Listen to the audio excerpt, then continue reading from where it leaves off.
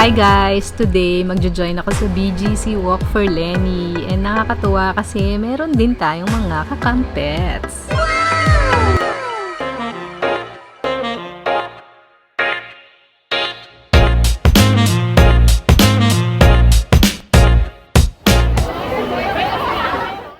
Yon, so assemble muna kami dito sa Mind Museum and then may orientation muna.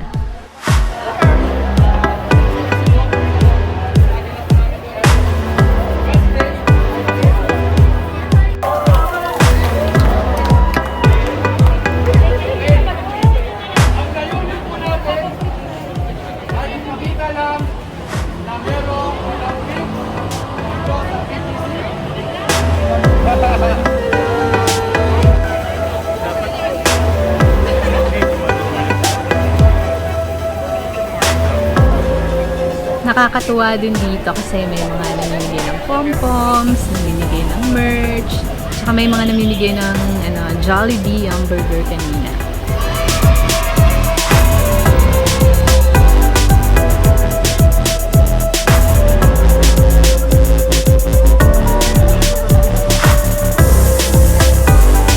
So chill walking lang tayo dito. Itong nasa likod ko may dala silang baby.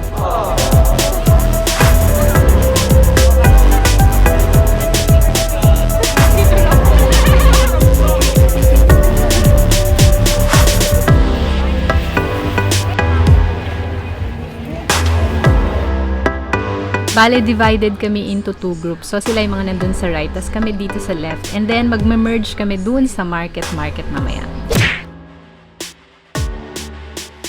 May namit akong kakampinks, si Pearl, yan. Mag-isa lang kasi akong pumunta.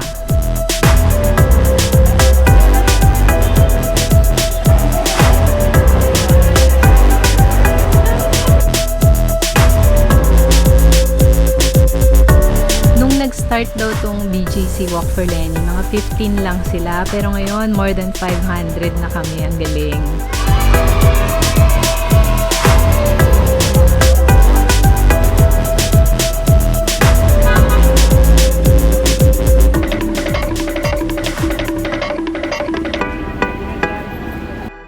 Ayan, nandito na kami sa market. Papasok kami dyan sa tunnel na maganda, and then babalik na rin sa Mind Museum.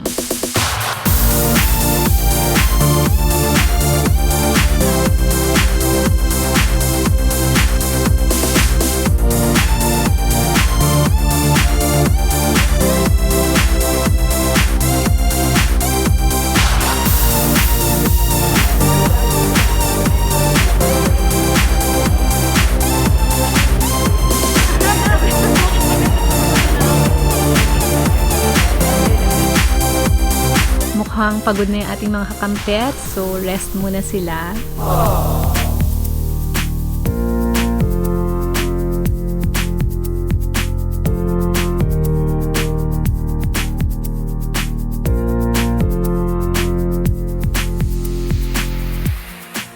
Ganda ng bag ng ating kakamping, habulin natin yan.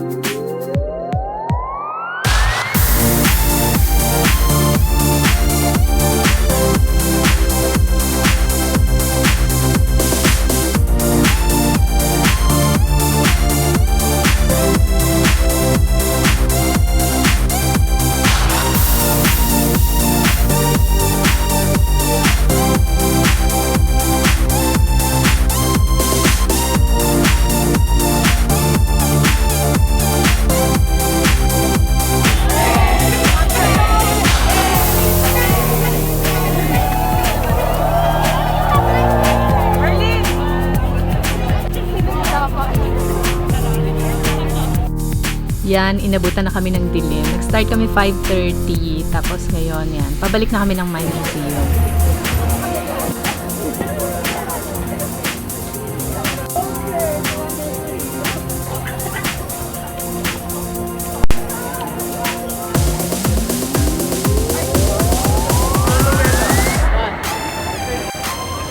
Meron daw surprise guest tonight. So yan, wait muna namin siya.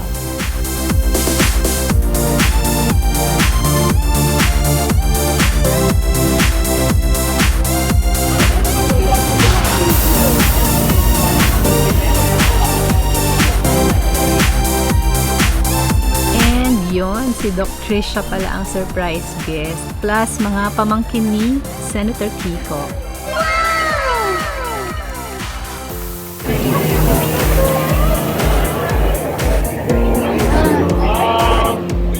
Magandang gabi sa inyo lahat. Permit natin sa mga mag-walk. Pero napakaswerte po natin, kinala po tayo ni Tricia Robredo. Ganda naman ito.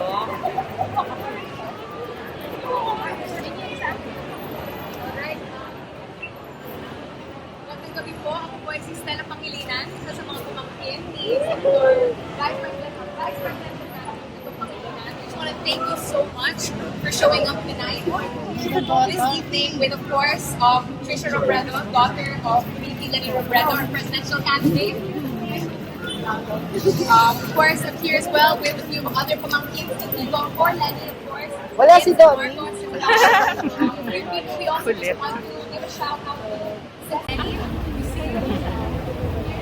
Activity that I used to have with my Tito Kiko was every morning after a sleepover, so Sunday morning, he would wake up Frankie and I, si Miguel tulog pa, of course, the Sharon also tulog.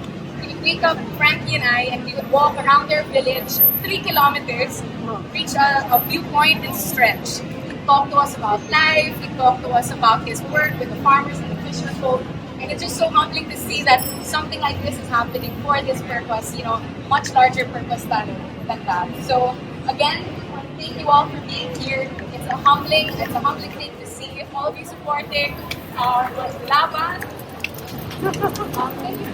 Nakakatawa po yung committee po natin ngayon kasi bawal tayo magingay. Pero sana naririnig ninyo ako.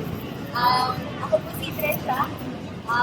Hindi ko alam kung paano na ako kilala ng mga tao kasi hindi mo nang tinawag sa akin. Sabi ko, yung anak ni Mimi na may salamin, yung anak ni Mimi yung hindi mo ba yung anak ni Mimi. Marami na pong tawag sa akin, pero kahit hindi ako yung paborito ni Leni, paborito ko siya. Kaya nakikita po namin, nararamdaman po namin yung pagmamahal. Yun po, galing po akong trabaho, kaya ako nakastrokes ngayon. Pero pinilit po natin po kasi pwede hindi po kayo masalamatan in person. So, ayun po, maraming salamat po for all your support, for everything that you do. Naiintindihan ko na marami sa inyo galing po ang trabaho na nag-election dito para dito sa MOC. Maraming restrictions, maraming kahirapan, pero nakapursige pa rin tayo. And I think this is the energy that we need para po mapanalo natin yung laban sa showline. Sobrang active natin, and I don't know. Salamat, lalo na dahil hindi ko namin inaasahan na hindi po hindi naman sigurado sa atin na kami po magkakapatid yung tukol talaga na tumakbo si Mama sa pagkapangulo. Kasi natakot po kami na kami na lang yung magtutulungan para maihalal sa. Pero nakikita po natin ngayon na hindi pala kami nag-iisa, nakasama namin sa lahat. Kaya maraming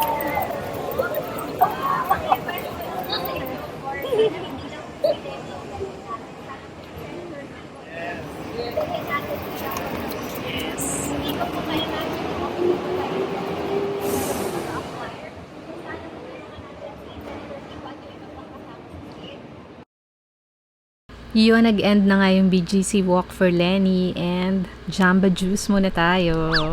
Hindi na ako nagpa-picture with Doc Tricia kasi siksika, natakot pa tayo sa COVID. Pero I'm so glad naka-join din ako ng Walk for Leni. Yes! So, ito yung attire ko kanina. Lalang. Thanks guys for watching!